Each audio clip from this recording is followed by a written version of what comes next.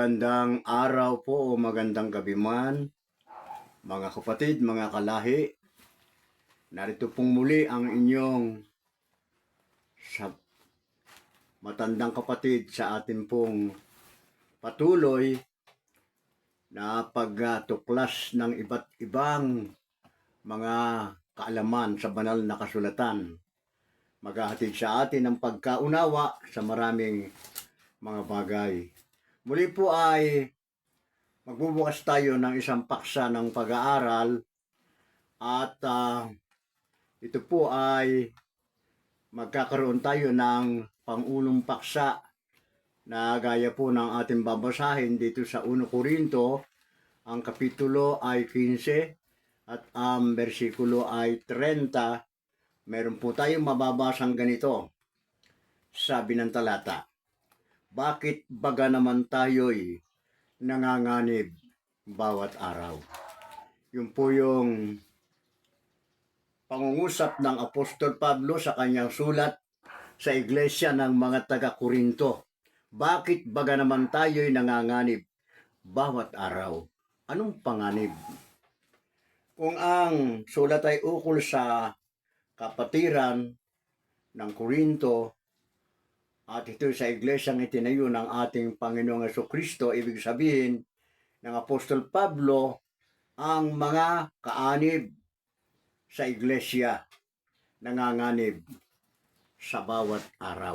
Bakit? Yung pong itatanong natin.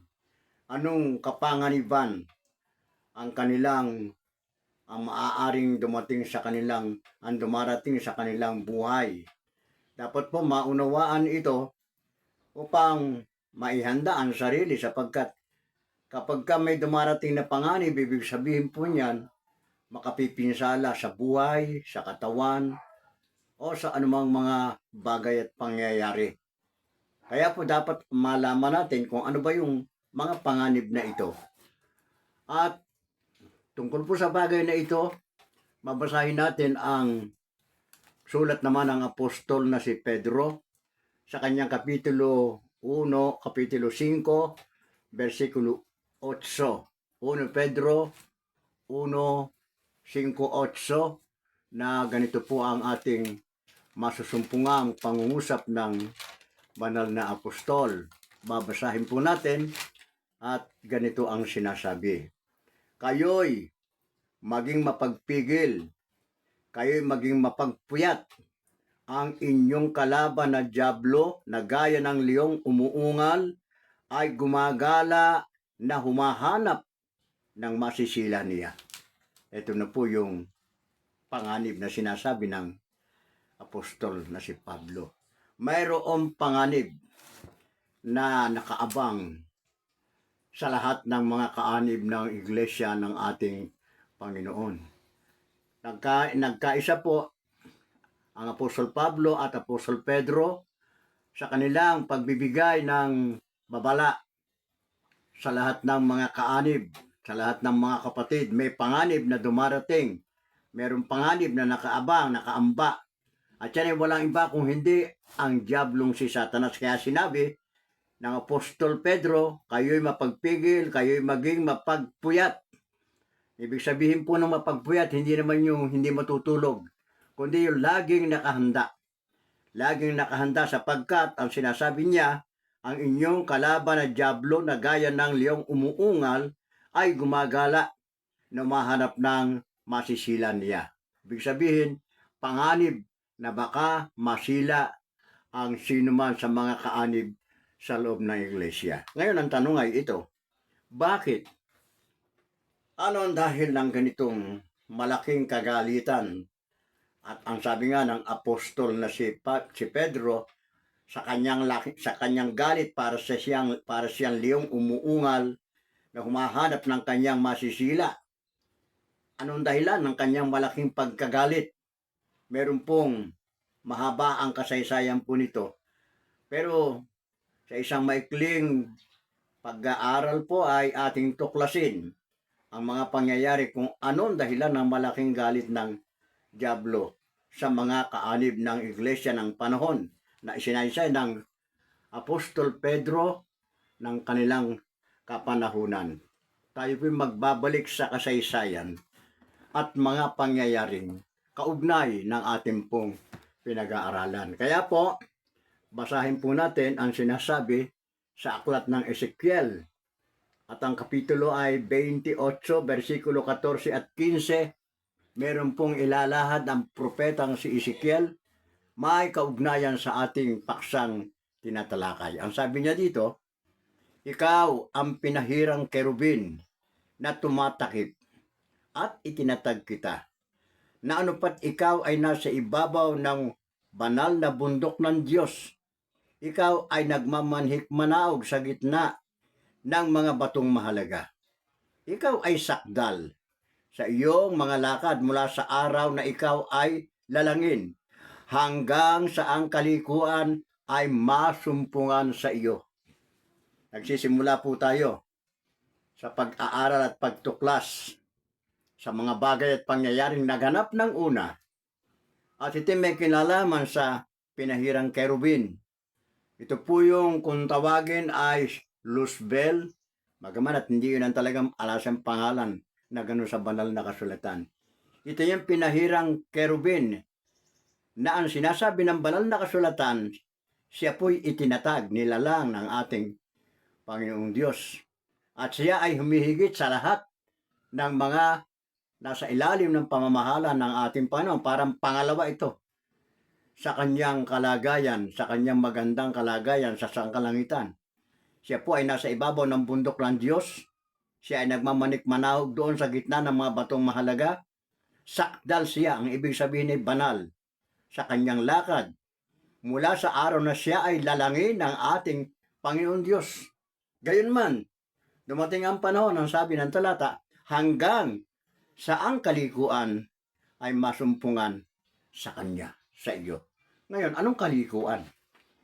Dapat po, maunawaan natin kung ano ang kahulugan nung sinabi ng propeta Ezekiel na yung sakdal na kerubin, sakdal banal hanggang sa ang kalikuan, ang kasamaan ay masumpungan sa kanya. Ano ba yung kalikuan iyan? Itutuloy po natin at muli tayong bubuklat sa ating banal na kasulatan, Isayas.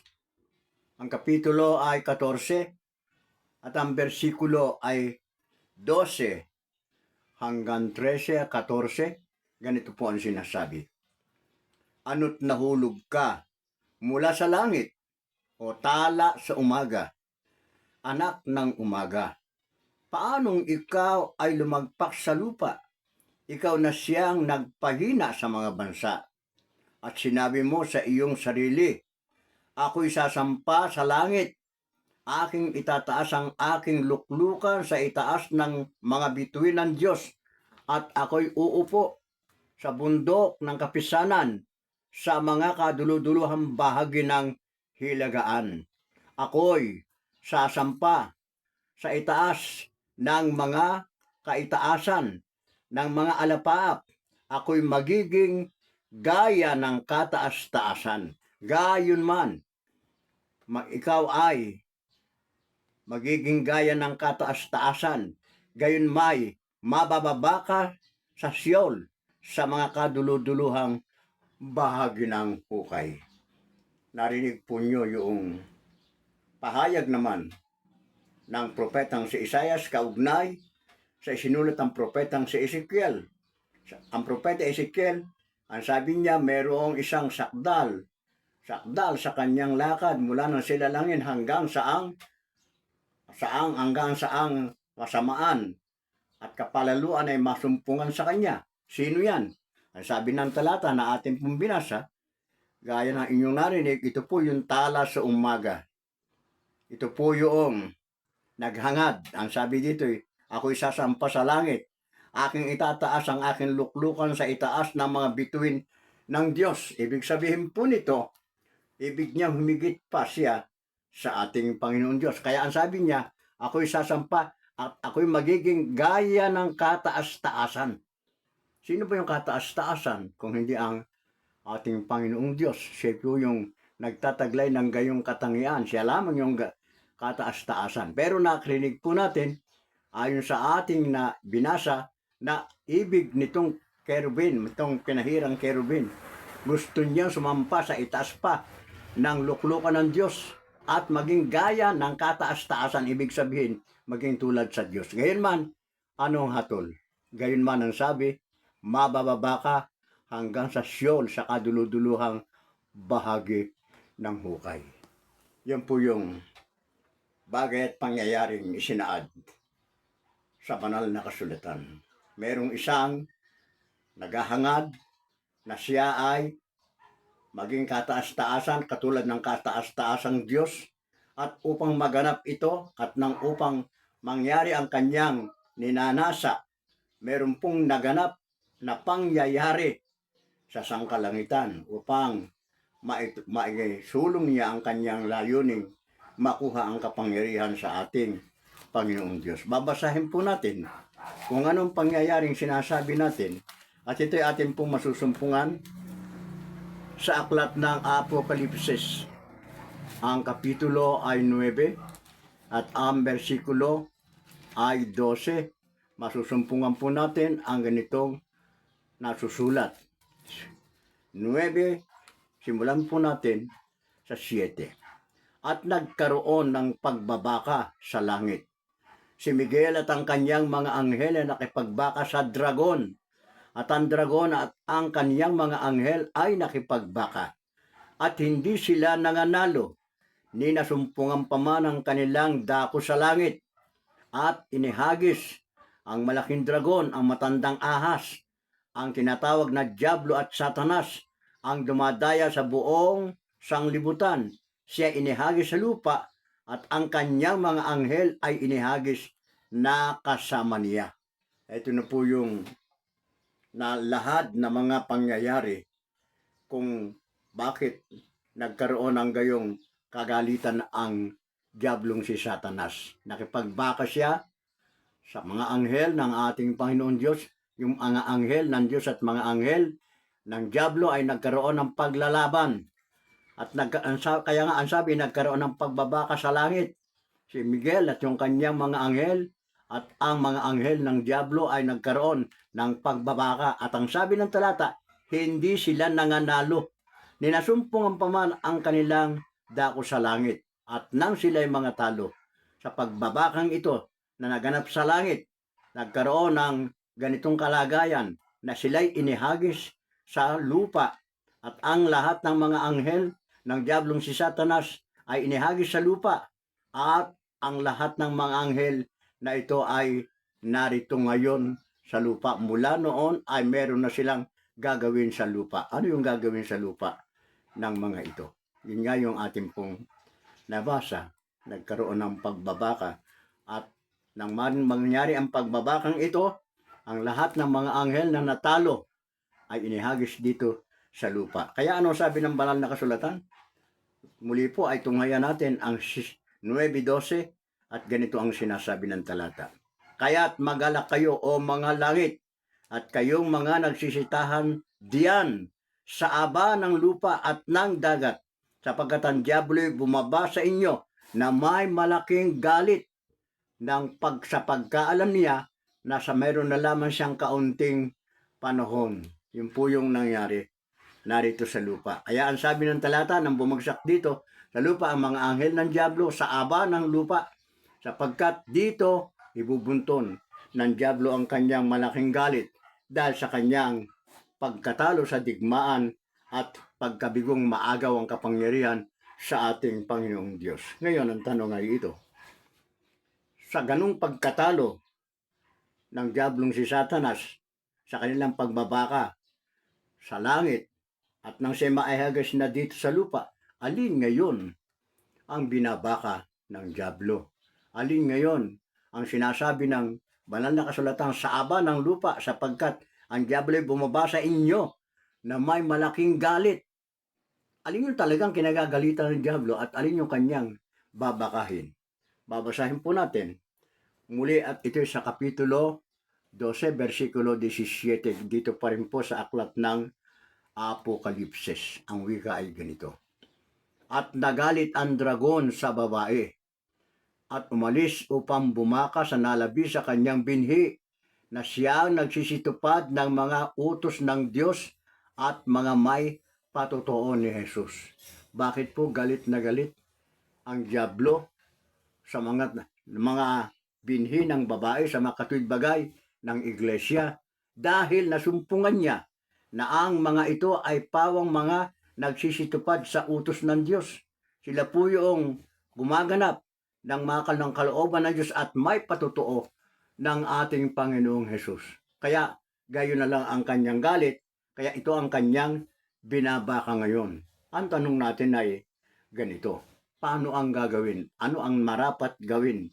Kung nakita na natin ngayon yung malaking panganib, kaya nga ang sabi ng ating paksa ng pag-aaral, bakit baga naman tayo nanganganib bawat oras? Sapagkat ang pagbabaka po hindi natatapos.